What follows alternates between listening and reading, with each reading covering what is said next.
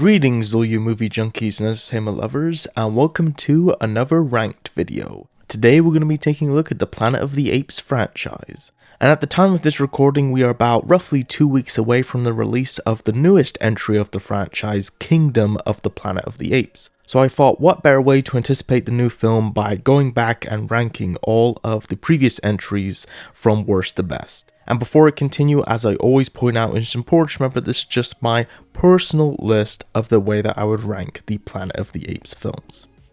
At number 9, right at the bottom of the barrel, we have Tim Burton's remake of Planet of the Apes. Honestly, the only film of the franchise that I personally feel is truly bad. Really a shame because the makeup effects that were done by Rick Baker in this are actually fantastic.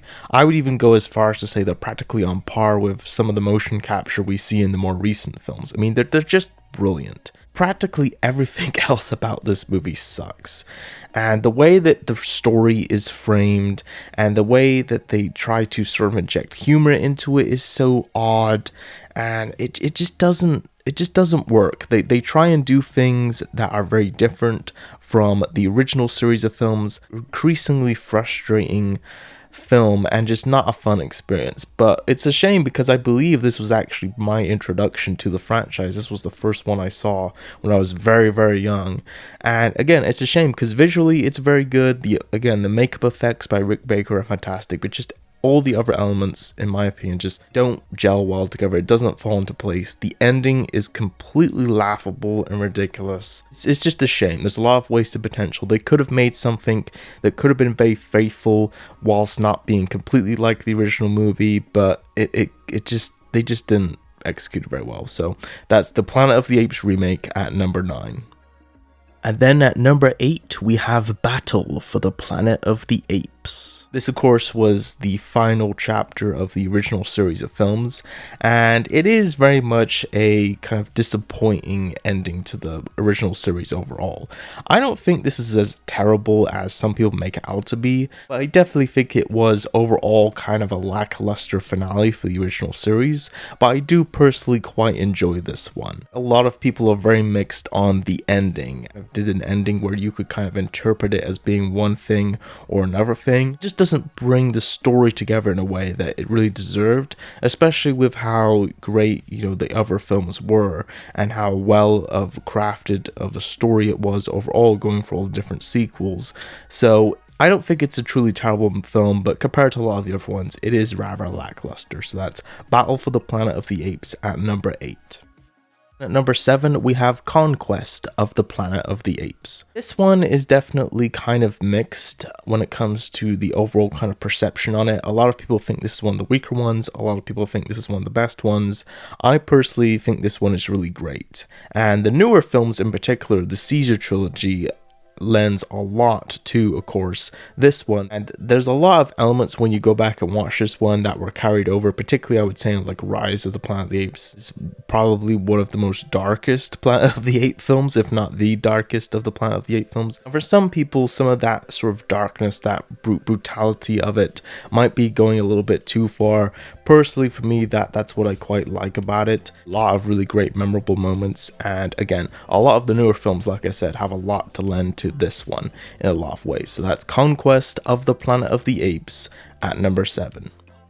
And then at number 6, we have Escape from the Planet of the Apes. It's either this one or the Tim Burton one was probably the first one I ever saw. I can't quite remember which one was the first one I saw, but it might have been this one. I do remember seeing this one at a very, very young age, and of course, without seeing the original film, it's just the sort of concept of it, I remember being very kind of odd and confusing to me, but I do remember liking it, and of course, now I have since, of course, seen it again after going through the series in the correct order, and I think it's a really solid film, and it's definitely quite a lot lighthearted, but it also still retains a lot of the great storytelling and dark elements that are present in the other films. In a lot of ways, much like the last one, this lent to a lot of setup and stuff for not just the previous movies, but future films as well. So it's a really, really solid, great entry with a lot of memorable moments. So that's Escape from the Planet of the Apes at number 6. And then at number 5, we have Beneath the Planet of the Apes. I put this one a lot higher than I think most people do. But then again, a lot of people really love this one, a lot of people really don't like this one. I think this one is one of the most divided when it comes to the Planet of the Apes films. It might even be the most divided of all of them. I personally love this movie. I think that it's completely insane. It's completely bonkers in the plot, but I think that honestly it's kind of in that way, that retrospect, that it's in some ways it playing off and what makes it so true to the first film. Because when you really think about just the concept of Planet of the Apes to begin with, it is a crazy bonkers concept that is told incredibly well. But Beneath the Planet of the Apes just goes to an even further level of craziness. But I honestly really dig it, and it is definitely one of the more slightly darker ones. It has a lot of sort of crazy elements to it. The ending is completely nuts, completely insane. But again, for me personally, it makes for quite an entertaining watch, and I think it's a really great movie. It's not everybody's favorite, but personally, I think it's a great one. So that's Beneath the Planet of the Apes at number 5. And then at number 4, we have Rise of the Planet of the Apes. And this is absolutely just prime example of how you do a reboot to a franchise correctly. This film is absolutely fantastic. And the motion capture effects of it, the CGI effects of it, the storytelling elements of it are absolutely brilliant. And there's so many people now that, you know, their entry into the franchise was through this film, and you can very much watch this movie without having never seen any of the other Planet of the Apes films or having no knowledge of them, and pretty much still get all of the enjoyment out of it as you would as somebody who has seen them. But as somebody who of course is familiar with the franchise, there are definitely a lot of little Easter eggs and things in this one and in some of the other ones that you will definitely pick up on and enjoy. But it's an overall just a fantastic movie that is definitely the prime example of how to reboot a franchise correctly. So that's Rise of the Planet of the Apes at number 4. And then at number 3, we have War for the Planet of the Apes. This, of course, was the last one in the Caesar trilogy, the most recent film up until the new one that, of course, is coming out. Definitely suffered a little bit from the marketing campaign being slightly deceptive into making people believe that it was going to be a little bit more of a different film than what it ended up being.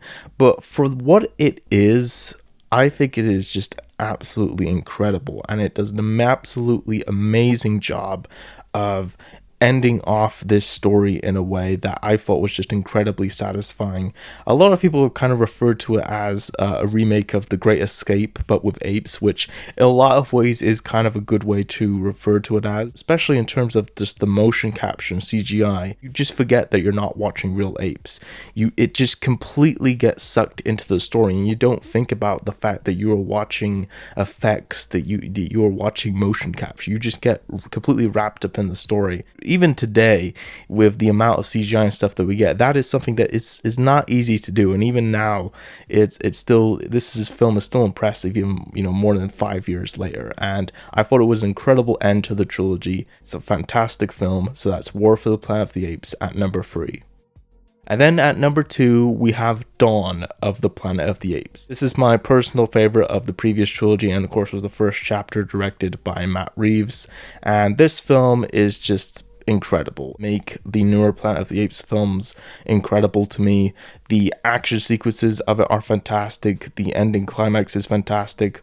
All the stuff with Koba is fantastic, and that whole storyline and the way that comes to a head is fantastic. The way it builds on the previous film whilst also setting up for the next film is great. All the actors are great. Gary Oldman's performance is great. There's just so many great things about this one, and I just think that it is just an incredible film, and just what a way to pick up, you know, everything that Rise did so well and then just carry it through and just keep it going. Incredibly well crafted film, and definitely is, in my personal opinion, the best of the more recent trilogy. So that's Dawn of the Planet of the Apes at number 2. At number 1, we have the original Planet of the Apes. I don't think I need to say much about the original Planet of the Apes. I mean, it's one of the most iconic films of all time, and of course one of the most iconic endings of all time, which unfortunately is spoiled nowadays for most people before they even watch it, because of course it's such a big part of, you know, pop culture now. If you know what that ending is and you know it's coming, it's still just incredible to go through it and see how it gets to that point.